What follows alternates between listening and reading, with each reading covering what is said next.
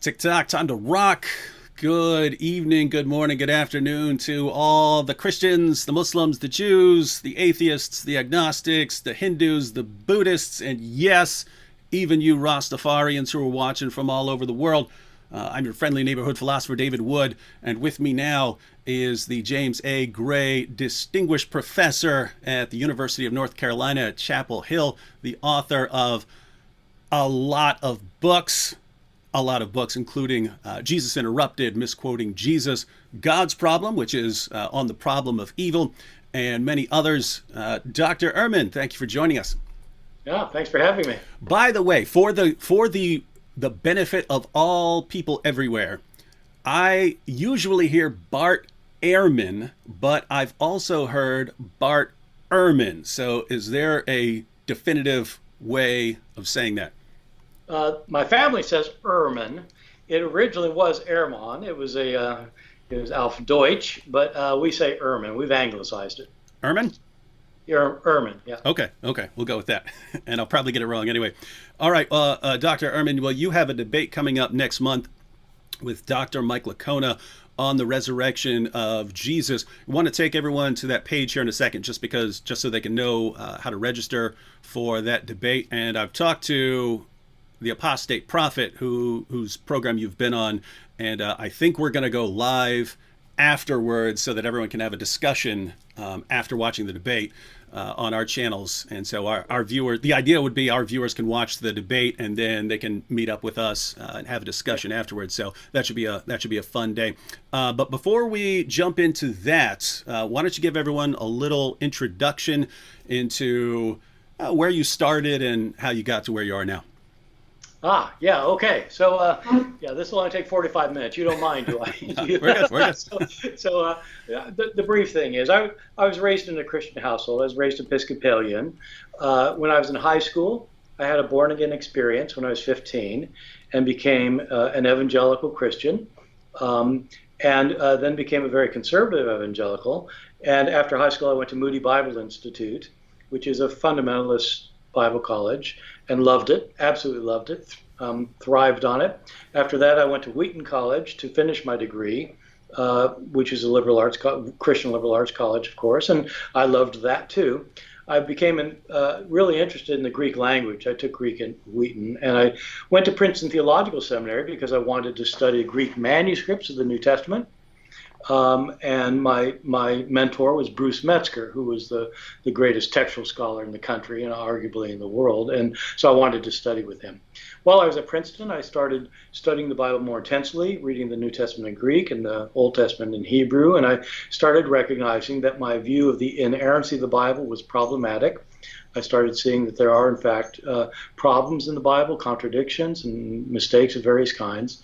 I eventually left my fundamentalist faith and I remained an evangelical for a while, and then after a while I had trouble remaining evangelical. I was a liberal Christian maybe for 13 or 15 years after that, but maybe about, 25 years or so ago, 30 years ago, I decided I just didn't believe at all, not because of my biblical scholarship, but because I was wrestling with this problem you mentioned earlier, the problem of evil, and how you can explain this world if there's a God who's in control of it. And, I knew all the answers, the people have said, but I eventually became an agnostic. And so now that's what I am. I'm agnostic, atheist, biblical scholar, which makes me a rather rare creature. Not too many of us around, but I'm a scholar of the historical Jesus and the New Testament, but I'm not a believer myself. Mm-hmm. And you have coming up with Mike Licona on March 9th. In fact, let me go ahead and pull this up here. You have a debate next month on April 9th, 2022 with Mike Licona. Now, I'm looking at the time here, and it's 9:30 a.m. to 4:30 p.m. Are you guys actually having a 7-hour debate? We are. So there is a lunch break. Mm-hmm. And so, but I mean, we, the thing is, I've done a lot of debates. and Mike has too. And the debates are always very frustrating because you get up and you do your 20-minute spiel, then he does his 20-minute spiel, then you have a 10-minute response. He has a 10. They take questions, and it's like you don't have time to develop any ideas. It's just like bam, bam, bam. And we thought, wouldn't it be interesting where you can actually develop your argument? And so not in a boring way, like not in the way like, oh my God, I'm going to. It's like, but it's like there's so much involved in this. And so we'll be doing different things, talking about different things, and trying to show what our positions are. Mike is also a New Testament scholar, a PhD in New Testament, who's written a large book on the resurrection. And we completely we respect each other and we're friends, and we completely disagree on this one. And so I'm expecting to be it'll be 7 hours, but it's going to be pretty lively, I think. All right. Well, this so the one of the benefits of this will be that you guys get to go into a lot more detail than we're familiar with, and I know this from I do understand that from experience, where someone raises an objection or something, and you're thinking, gosh, it would take 10 minutes to even begin to address that, and I don't have 10 minutes. I can't even spend 30 seconds on it. And the other guy will give this 30-minute speech, and then you're supposed to stand up and give like a 10-minute rebuttal on the spot. Yeah. It's like boom, boom, boom, boom. It's like, yeah. So it's not a good. Normally it's not a good venue, even though we do it all the time. It's like, but so this will be a chance for us to cover more stuff. It isn't just kind of hammering the same point over for 7 hours. That would be interesting. No, it's going to be like covering all sorts of different areas that are relevant to the issue. All right, so everyone, you can see here the link is in the description box to click on this site, and you can see it's $39.95 to register as of right now. They do have to pay the bills for setting up events like this. And again, I believe that the Apostate Prophet and I will go live that evening to discuss our thoughts on it. I'm a Christian, AP is an atheist, so we'll give our perspective on that. And I was looking at this site here, just wanted to cover one thing. So you have the debate opponents, Dr. Bart Ehrman and Mike Licona, and then you guys give statements on your perspective, but down towards the bottom, I think I saw a statement that was from both of you. And down at the bottom here, it says, whether you are a believer, fundamentalist, evangelical, moderate, liberal, or a non-believer, Jesus is the most significant individual in the history of our civilization. Coming to understand who Jesus actually was and what he actually did and did not do is one of the most important intellectual endeavors anyone in our society can embark upon. But then it's got Dr. Bart Ehrman and Dr. Mike Licona underneath it. So is that both of your perspectives? Well, certainly my perspective. I mean, I'm not a believer, but I mean, who could deny that Jesus is the most important figure in the history of civilization? I mean, there are over 2 billion people who worship him. Who else can you say that about a human being? And so, I mean, Jesus is incredibly important, and I'm completely committed to understanding who the historical Jesus was, and about his life and what his teachings were, and so I'm completely committed to that because of the supreme importance of it. I agree. I don't think I wrote that statement, but I would completely agree with it. And just in the name of full disclosure, I've known Mike for over 20 years, so I will be rooting for Mike during this debate, and so we'll all watch it, and I'm sure we'll all have an awesome time. All right, so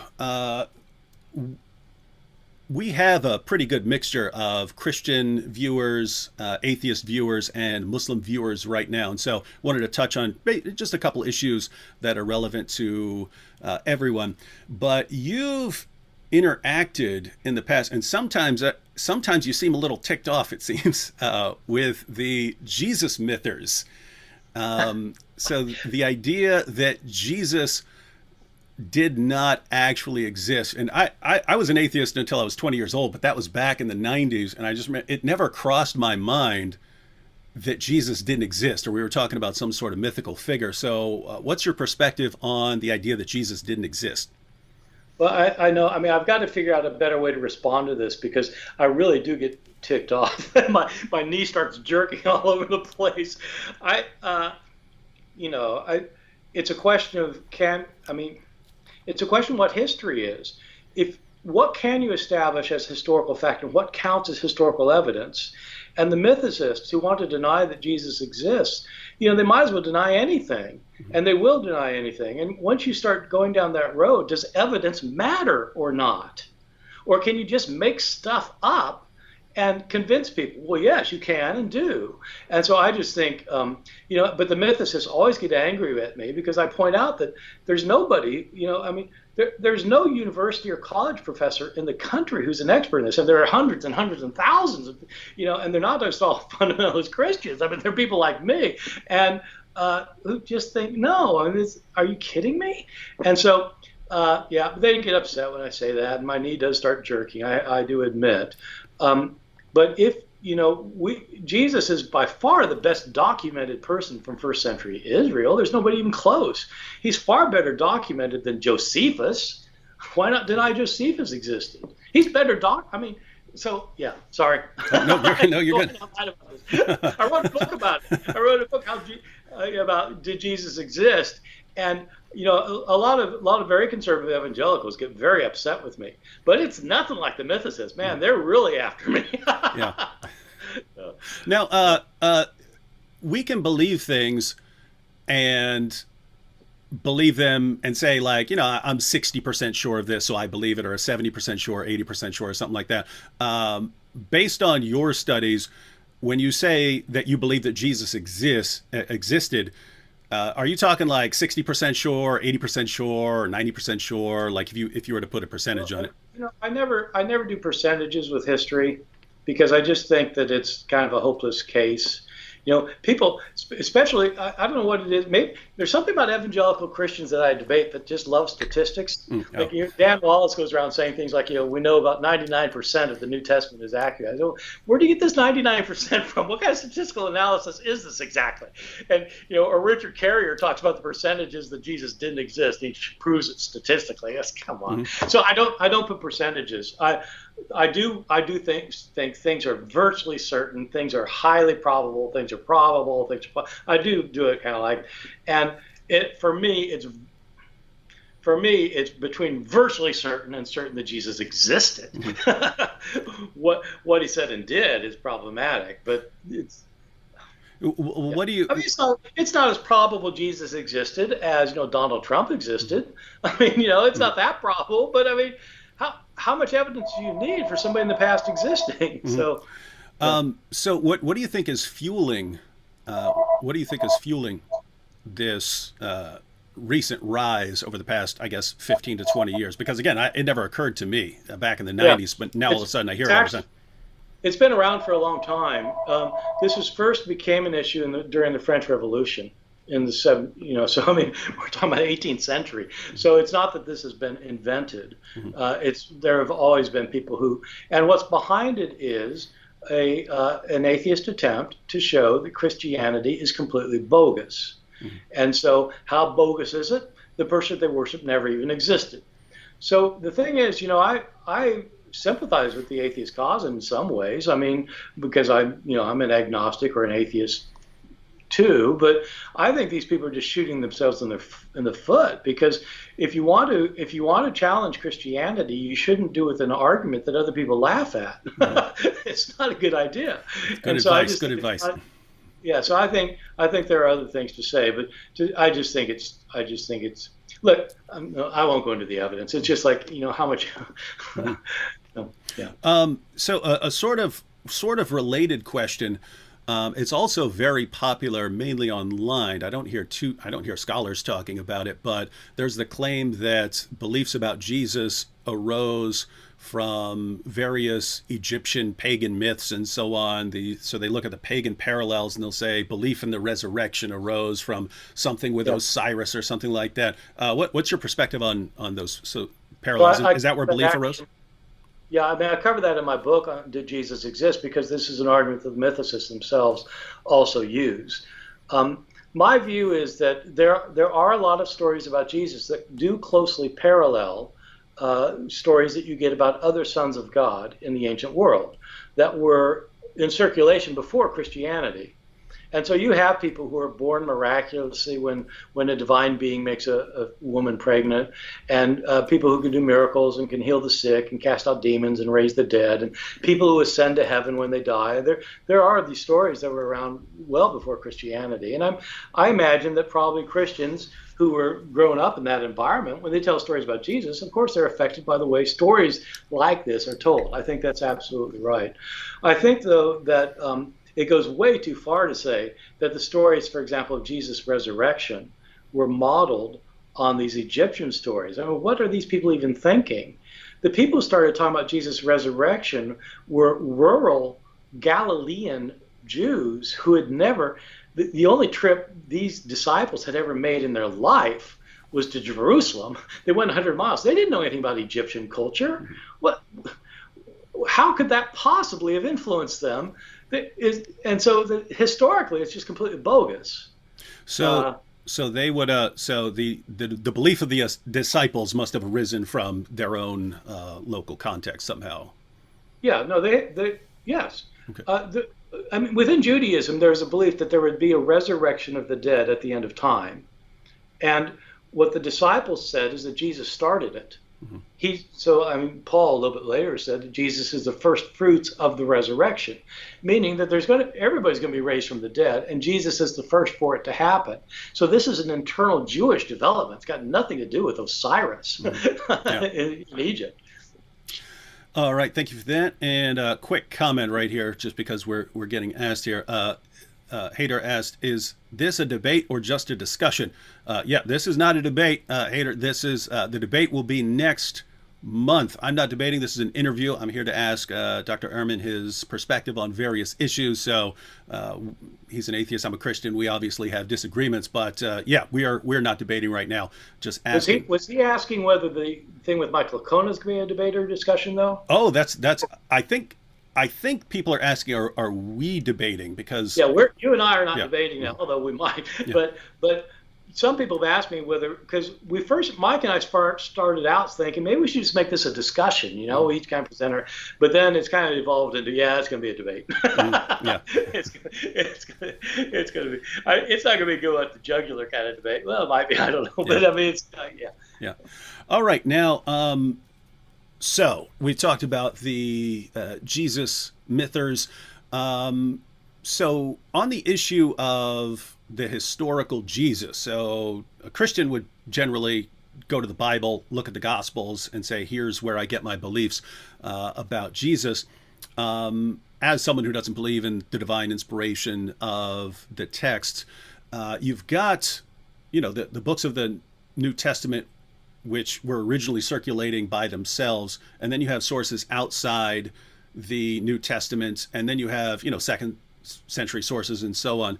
I'm not sure there can be any sort of official ranking now, but as someone, if you're talking to someone who doesn't believe in Jesus but is trying to do what you said in the statement on the site, that hey, we should learn about Jesus, what would be like your go-to sources to learn about Jesus?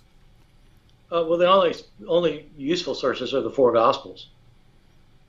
I mean, we have some Gospels from later, Gospel of Thomas, Gospel of Peter, and they might give us a scrap or two, but basically nothing. And there are no Roman sources that mention Jesus in the entire first century, no Greek or Roman sources outside of the Christian sources and Josephus. Josephus mentions a couple of things, but he doesn't give us anything that's not already in the Gospels. And so for anybody doing the historical Jesus, there's no option. You go with the Gospels. But the historian doesn't treat them as inspired sources in the sense that every word they say is historically accurate, because there's good reasons for knowing that, in fact, they're not always accurate. As Mike Licona himself says, by the way.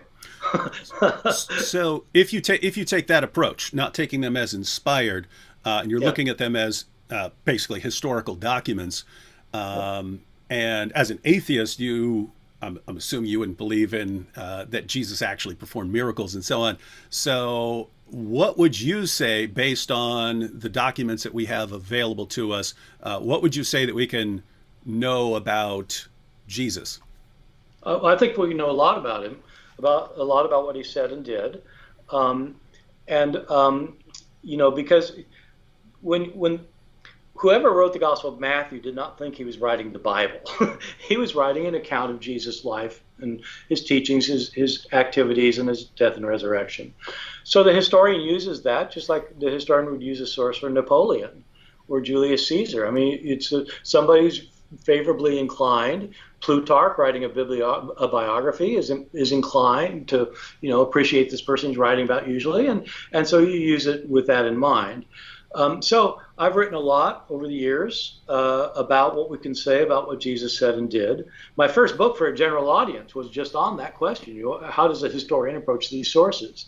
And the view that's been around, I'll tell you, my views of Jesus actually today are not different from my views when I was a Christian scholar. Not when I was a fundamentalist or a conservative evangelical, but when I started teaching at Chapel Hill, I was a Christian, went to church every week, taught adult education, but I did not think that Jesus went around calling himself God. I thought that Jesus was an apocalyptic prophet, somebody who predicted that, someone who believed that this world is controlled by forces of evil. That's why there's so many awful things happening that we often can't explain, is because there are evil powers in control of this world. And Jesus, as a Jewish person at the time, really thought that. And he also thought that God was ready to intervene to change the entire created order, because he was going to get rid of these forces of evil. He was going to destroy everything opposed to him, including everybody opposed to him, and bring in a good kingdom here on earth that would be ruled by God through his Messiah. And Jesus was expecting this to happen, and he thought it would happen in his own generation. And so that was the heart of his message. As he says throughout the entire Synoptic Gospels, that's what he preaches. Jesus in the early sources, Matthew, Mark, and Luke, does not go around saying, believe in my death and resurrection for your salvation, which became the Christian message. Jesus says, repent because the kingdom of God is at hand. You need to repent and prepare for this kingdom that's coming. And he meant kingdom. He didn't mean heaven. He meant like a kingdom of God here, as other Jews meant. And so I think Jesus was an apocalyptic prophet expecting the end to come soon.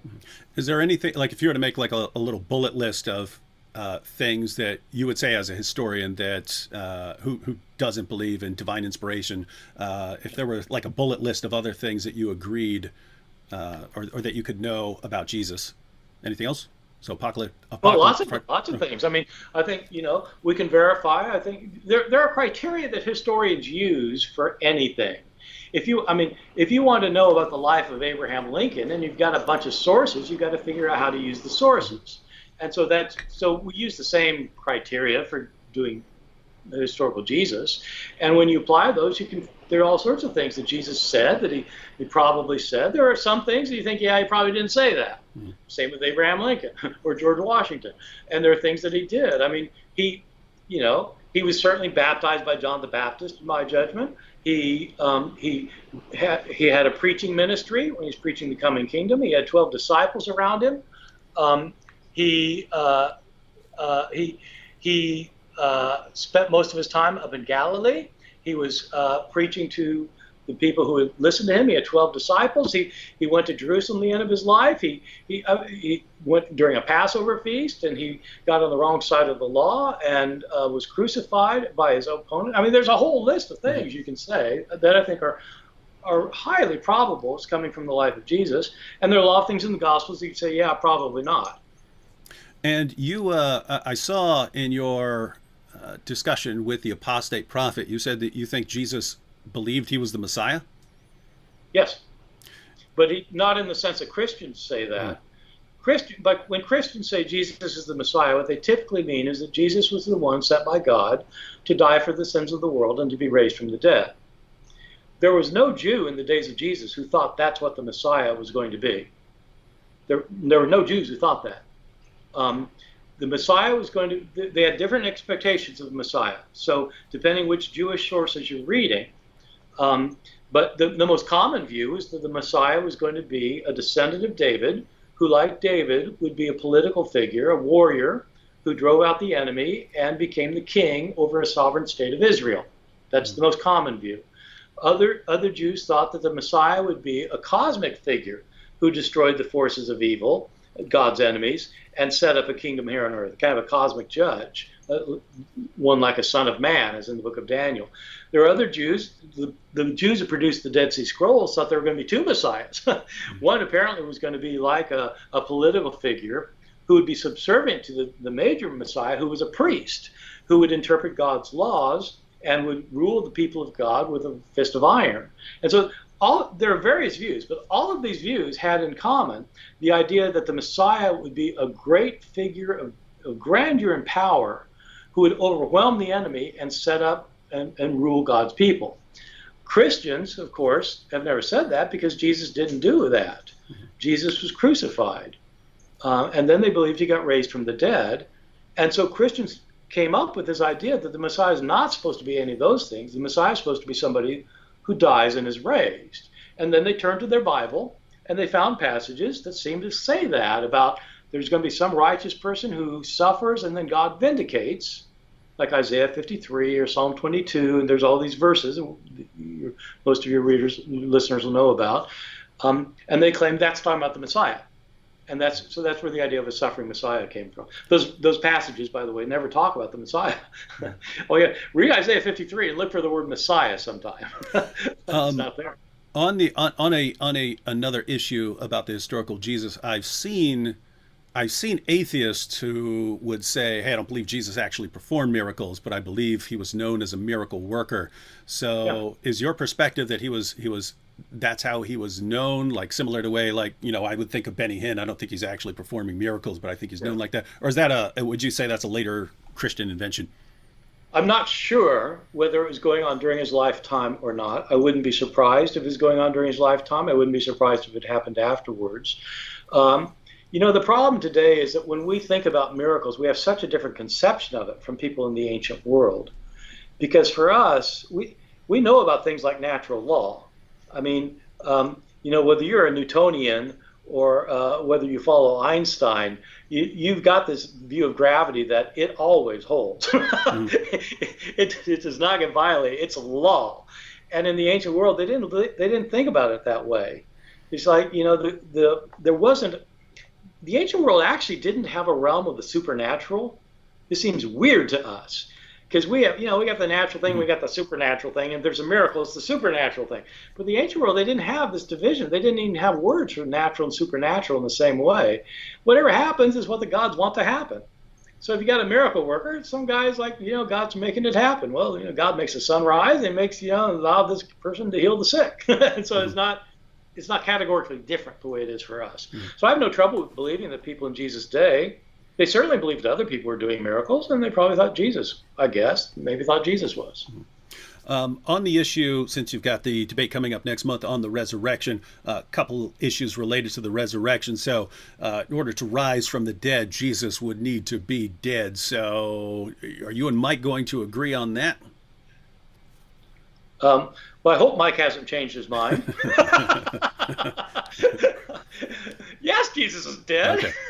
Of course he was dead, yes. We will agree, unless he thinks he wasn't dead. So no disputing on death by crucifixion? No. So the dispute will be whether he was alive again later, obviously, right? Well, the dispute... So I don't think Mike's going to argue that it was a near-death experience. So he's going to be arguing that it was a resurrection. So there's a difference between a near-death experience or, what used to be more commonly called a resuscitation. There's a difference between a resuscitation and a resurrection. A resurrection means the person doesn't die again. And so the idea of Jesus is not that he was brought back from the dead to live for another 20 years and then die. The way, say, Lazarus, for example, or Jairus' daughter, they would have died again. So the idea of a resurrection is kind of the whole package. He was dead, he was brought back to life, and made immortal. So since Jesus was dead, it seems like the early Christians were were convinced that he had risen from the dead. And one of the main issues here is that his disciples had some sort of experiences which they interpreted as seeing him post-mortem. So what is your perspective on that? Is that later myth, or were they hallucinating, or? Well, I think some of them, I don't know. We don't have good records for any of this, unfortunately, because none of the people, none of the disciples who allegedly saw something have left us any records. And so we don't have them saying it.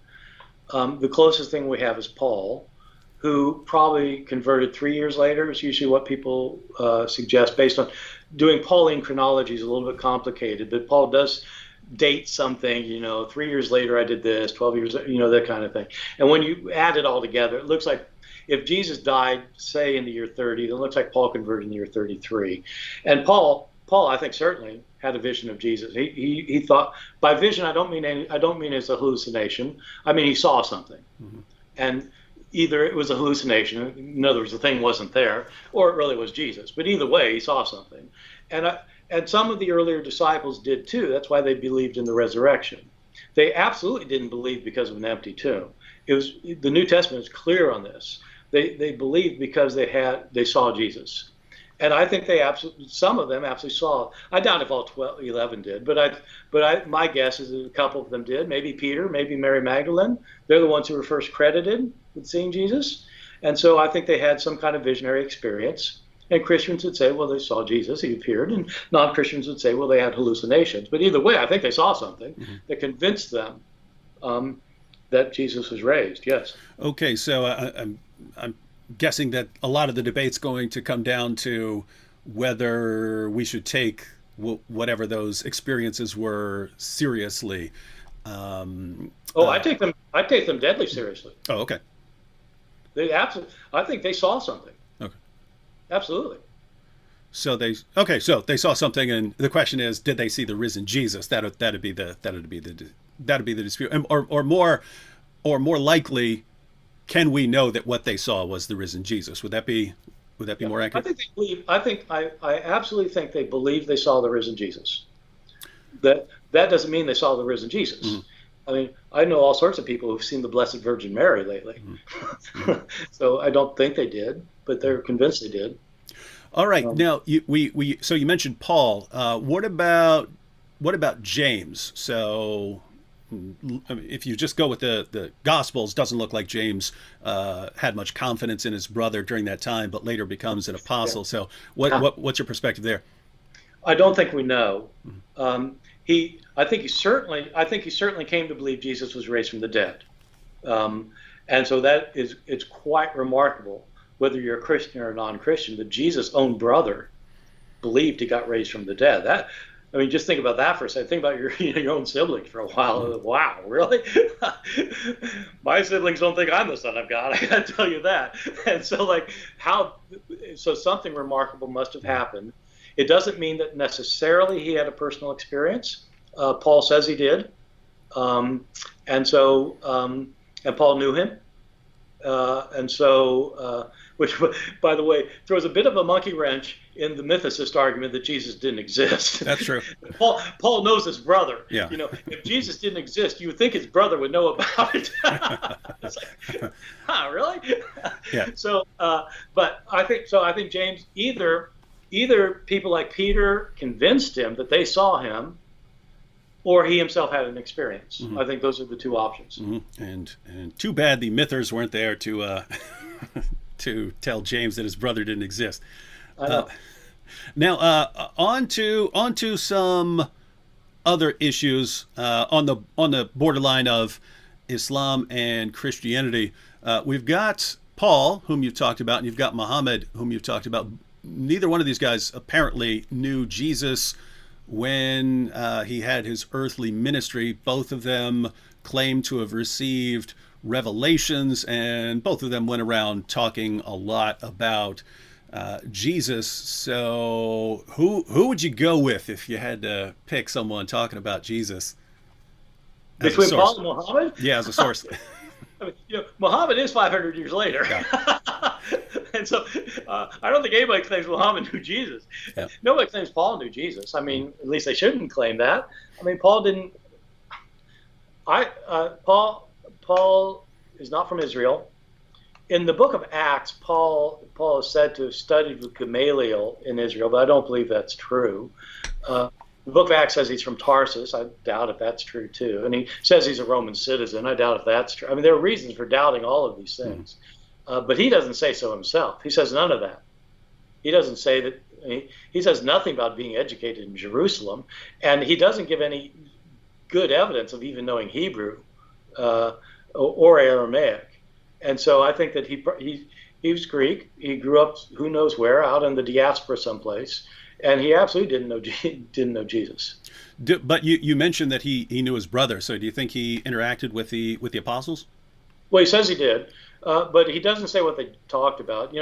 So after he converted, it says that he went off to Arabia. He says he went off to Arabia for 3 years. This is in Galatians chapter 1, and I guess I used to think that meant he went off into the desert and meditated for 3 years and had visions and things. So I don't think that's really what he means. Arabia included the Nabatean kingdom, where Petra is. And so I think he probably means that he went to the Nabatean kingdom, and he might have started his missionary work there. But after 3 years, he went to Jerusalem, and he says that he met with Cephas and James. But he insists he didn't meet with any of the other apostles. And I'm not quite sure why he didn't, but he didn't. And he doesn't say what they talked about, except that he spent 2 weeks there. So, of course, our normal assumption is that he'd want to kind of, crib up on what Jesus said and did. I mean, that's what I would have done. But he seems to suggest instead that what he was doing was telling them that he's got this mission to the Gentiles, and he's trying to convince them that these Gentiles do not have to become Jewish to follow the Jewish Messiah. That's certainly the issue when he goes back 14 years later. He spends his time trying to convince them that the Gentiles do not have to keep the law. And so, given the fact that he says hardly anything at all about the historical Jesus in his writings, it's quite remarkable how little Paul tells us about Jesus' life. He says a lot about his death and his resurrection and what he's doing now, but in terms of what Jesus did between the time he was born and the time he died, I have my students, I give them an assignment sometimes. I tell them, list everything Paul says about Jesus' life, everything he said, everything he did between birth and death. They don't need a 3x5 card. It's amazing how little. So if he knew more, he doesn't say much more. So I don't know what he heard from these two. Mm-hmm. Also on a related issue, since it's interesting. So the disagreement between atheists and Christians wouldn't be about Jesus' death. It would be about whether a miracle occurred and he was resurrected, whereas Muslims have no problem with the resurrection. They have a problem with the idea that Jesus died. And so there are a couple of issues here.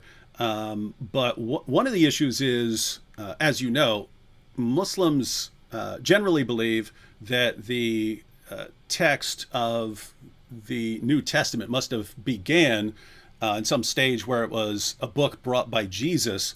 And so it's this book brought by Jesus, and then it later on gets corrupted into eventually the four Gospels we have now.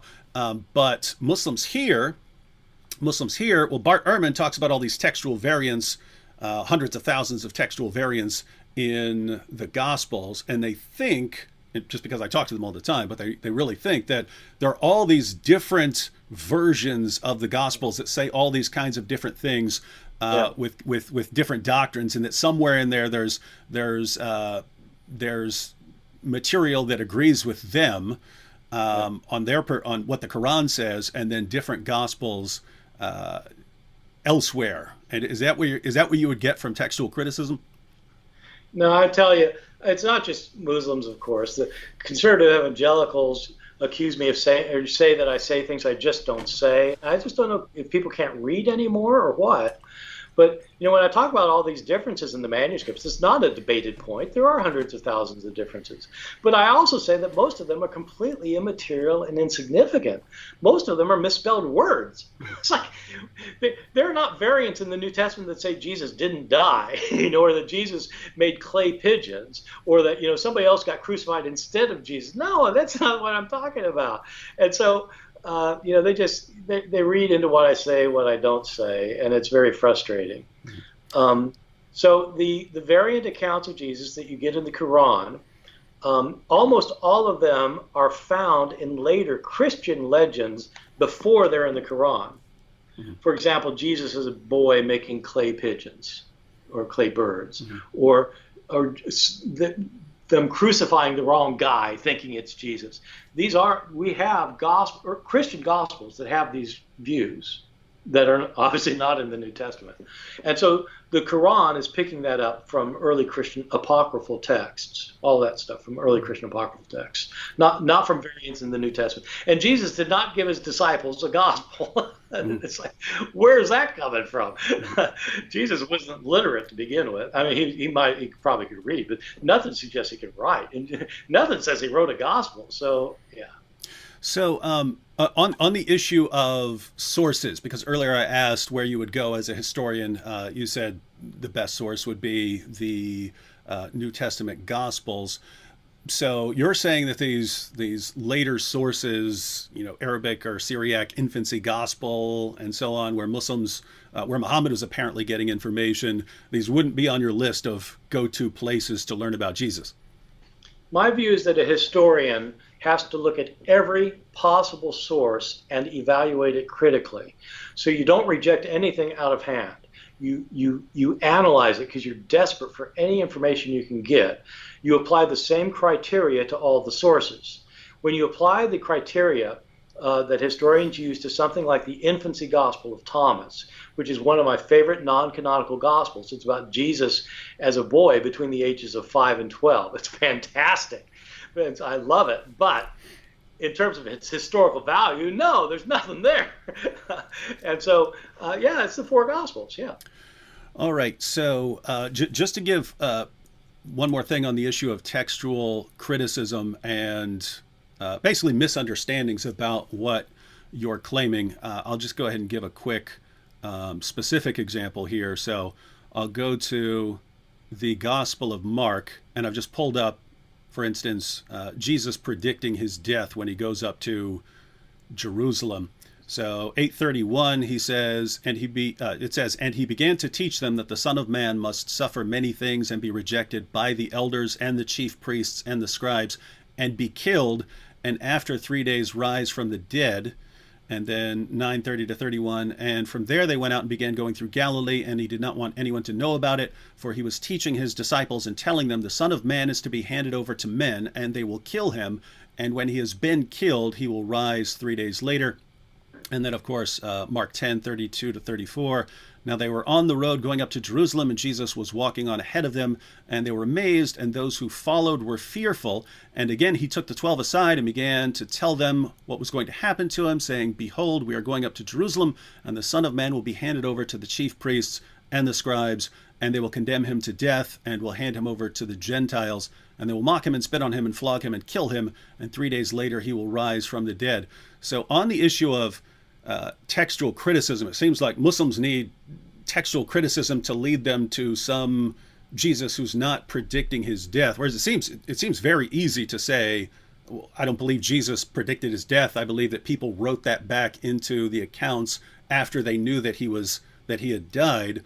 But what I'm saying is textual criticism getting to some edition of the Gospel of Mark where Jesus isn't predicting this sort of thing? Okay, so it's important. I'm not sure that all your listeners will understand exactly what textual criticism is, because people use it in ways that are not the way scholars tend to use it. When a scholar uses the term textual criticism, what they're talking about is if you've got a writing, it doesn't matter whether it's Shakespeare or Plato or the New Testament or anything. Textual criticism tries to find out what the author originally wrote. That's what textual criticism. It's not analyzing the text, interpreting the text, trying to figure out if it's historical or not. It's just figuring out what did the author write. Whether he wrote something that was correct or not is a different issue. Mm-hmm. And so for the example I often use is because, Muslims will say that the Quran is absolutely accurate because none of the copies are different from one another. And that strikes me as a crazy claim. We have millions of copies of Hitler's Mein Kampf, and we know what he wrote. Mm-hmm. It has nothing to do with whether it's accurate or not. Mm-hmm. It just means we know what he wrote. Textual criticism tries to figure out what a scholar wrote. What an author wrote. Mark wrote those passages. And so there was not an earlier New Testament that was lacking those passages. Those passages were in whatever Mark wrote. Absolutely. That doesn't mean that Jesus said it, but it does mean that it's what Mark wrote. So there are different kinds of analysis. One is figuring out what an author wrote, another is figuring out if what he wrote is accurate or not. They're different things. They're not the same thing. So I know you know that, but some listeners get it confused. And it's important to understand that it's quite different. So Muslims need some sort of, it's kind of a reverse picture where they need an early Jesus who wasn't crucified, and then somehow this evolved into the story of him dying by crucifixion. And everyone else pretty much believes that you have Jesus dying by crucifixion, and then later you end up with some stories about him not dying by crucifixion, or this ending up, or this being an illusion or something like that. So would you say that as far as the evidence we actually have, you don't have this early evidence of a Jesus who didn't die? No. Look, the only evidence. So early Christians had different views about Jesus' crucifixion. The only evidence we have of somebody not believing in his crucifixion is a 2nd century gospel that we no longer have, but the church father Irenaeus mentions it by a Gnostic Christian named Basilides. Basilides claimed, seems to be where the Quran's getting it, or something like it. Basilides claims that Simon of Cyrene carried Jesus' cross to the place of crucifixion, and when they got there, Jesus pulled an identity switch. He made Simon of Cyrene look like him, Jesus, and Jesus himself took on the appearance of Simon of Cyrene. So the Romans crucified the one they thought was Jesus, even though it was Simon of Cyrene, and Jesus stood by laughing. He thought he pulled it. Presumably Simon didn't think it was so funny because he's getting crucified because Jesus has pulled this. So that's in this gospel. We don't have the gospel. It was the gospel of Basilides. Some people used it. So that, other than that, everybody agreed that Jesus got crucified. They had different understandings of what it meant. But so this is not like something that was like a widespread belief in early Christianity that he didn't get crucified. And it's kind of the Muslim perspective now seems to be drawn from that, but the Quran doesn't explain exactly what happened. It just says that they thought they crucified him, but they didn't. It was made to appear to them that way. But the most common Muslim position on that has always been substitution, that Allah substituted someone else, miraculously disguised him and made him look like Jesus. Most Muslims today say Judas, and then this other person was crucified, but everyone thought that it was Jesus. And the weird thing about that is it would actually mean that the reason you right now believe that Jesus died by crucifixion, and the reason I believe that Jesus died by crucifixion, is that Allah did such an amazing job tricking everyone that it became the standard position, and now we all believe it.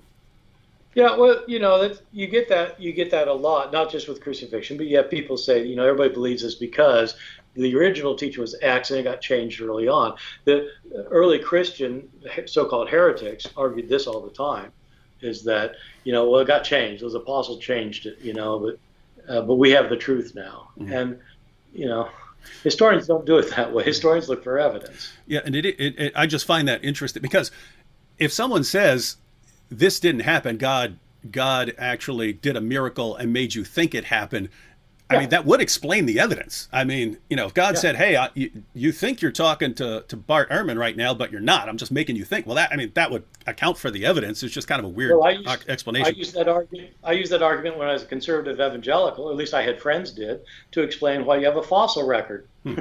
Where the dinosaurs, the devil put them in there.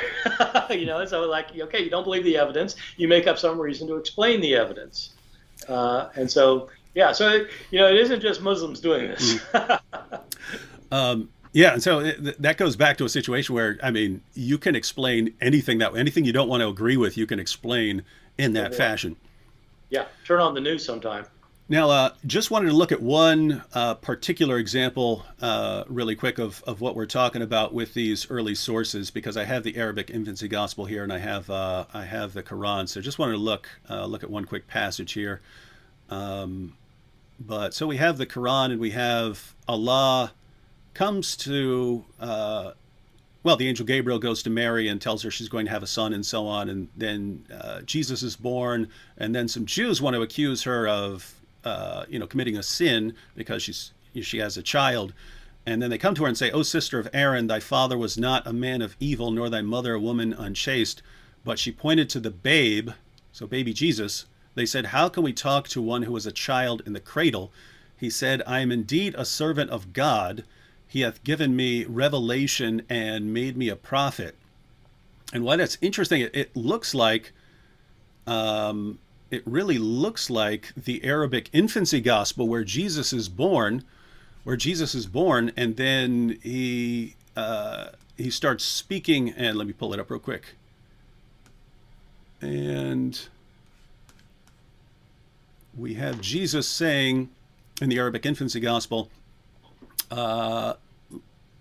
he has said that Jesus spoke, there in the middle of the page, he has said that Jesus spoke, and indeed, when he was lying in his cradle, and said to Mary his mother, "I am Jesus, the Son of God, the Logos, whom thou hast brought forth, as the angel Gabriel announced thee, and my Father has sent me for the salvation of the world." It actually looks like Muhammad isn't just drawing on these stories. It looks like he's just taking them and modifying them, so that instead of Jesus saying, "I'm the Son of God sent for the salvation of the world," he says, "I'm a servant of Allah sent with revelation, and I'm a prophet." Yeah, makes sense to me. I mean, it's clear. If you've got stories that are like that prior to the Quran and they're very similar to the Quran, then it's not an accident. But it's like, going back to the earlier thing, it's not an accident that you have these stories of the divine men in the Greek and Roman world before Jesus who were born miraculously, do miracles and raise the dead and stuff. I mean, it's not an accident that you have these similar stories. What's interesting is that right after that passage of Jesus speaking, even though it's not mentioned anywhere in the text that Jesus that there's anything about the Son of God in the passage in the Quran, immediately after the passage, it says Allah does not have a son, he has no need. He just has to say be, and it isn't. So the question is, what is Allah responding to if there hasn't been any discussion of Jesus being the Son of God? That's good. No, that's good. Yeah, that's good. That's good. Yeah, that's a good piece of evidence. Yeah, that's good. Yeah, so if people didn't pick up what you were saying, it shows that the story originally had him talking about being a son. Mm-hmm. Not a servant, right? Yeah, so it looks like Allah is actually responding to people asking him about this story or something like that.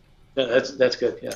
All right, one more issue, and this is kind of weird, but I have a short video clip, and I just like your reaction, because when I react to it, they say I'm a Christian trying to cover up the truth, but there are people who try to line up with scholarship and so, like Shabir Ali is a Muslim, but he reads James Dunn and Raymond Brown and so on, and tries to interact with that material.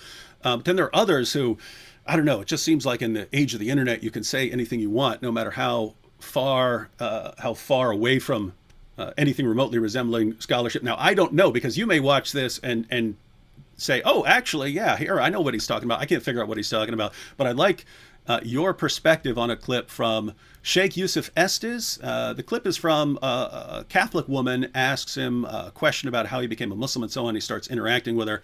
But then Sheikh Yusuf Estes explains the origin of the Catholic Church. And I wanted to bring this up just because the clip has millions of views, and there are people who take him seriously on this. So Okay. Ready to watch a video clip? All right. You might think I'm a Catholic, I'll never be anything but a Catholic. But I'm going to ask you a question, and I want you to be honest. This is not for you to, start a debate, but just be honest. Was Jesus a Catholic?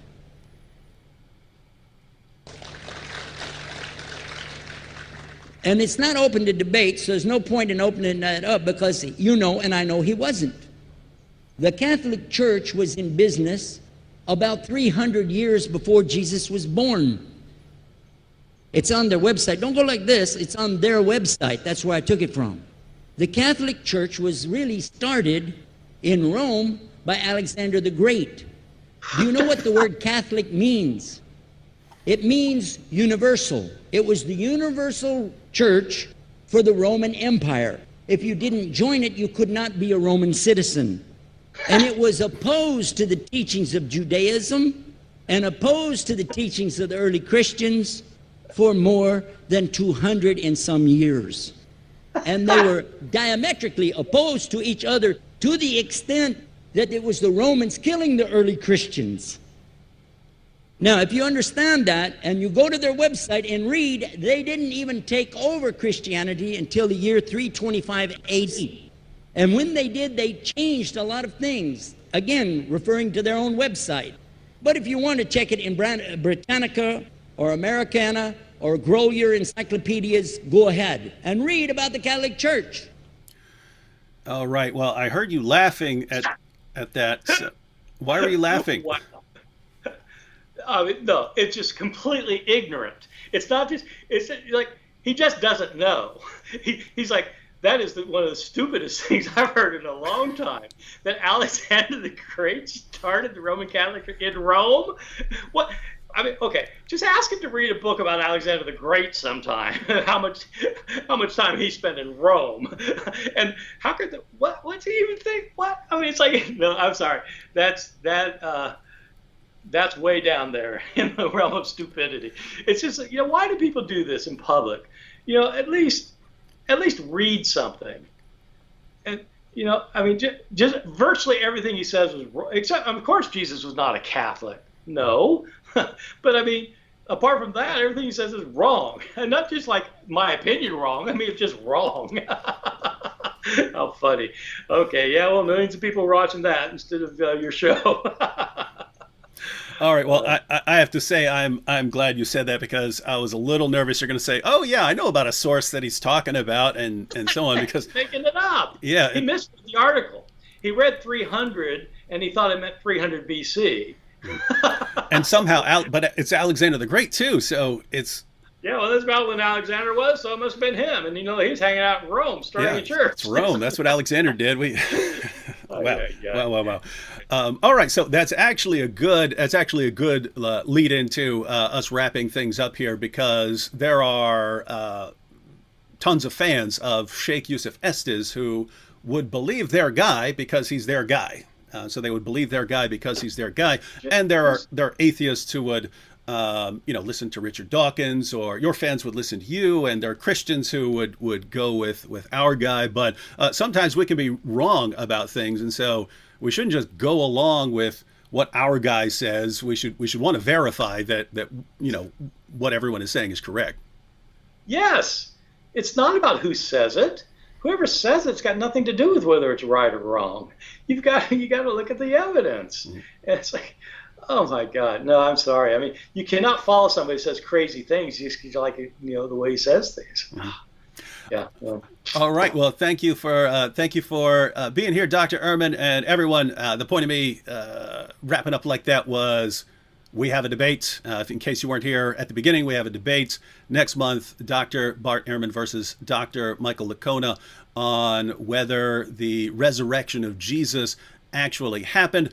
The link to that event is in the description box. As I mentioned before, click that link, go ahead and register for the event. And hopefully a bunch of us can all watch it on that day. And then the Apostate Prophet and I, an atheist and a Christian, get together with all of you and watch it afterwards. So we can all hopefully learn about someone who, as Bart Ehrman and Mike Licona agree with, is the most important figure in civilization. And so, Dr. Ehrman, thank you for joining us. Any final thought before I click off here? I'll just say that people, when people listen to a debate, they should do it with a fairly open mind. It's not they have to agree they're going to change their mind, but they need to be able to agree that, yeah, actually that's a good argument. I have to think about that, rather than just writing everything off because they disagree. Because otherwise, there's no point watching it. You're just confirming And so I think debaters too. They have to listen to the other side and pay attention. And I hope the people in this debate do that, because it's going to be an important and interesting debate. All right. Well, thank you, and hope to see everyone there next month joining us, watching it online. Catch you all then.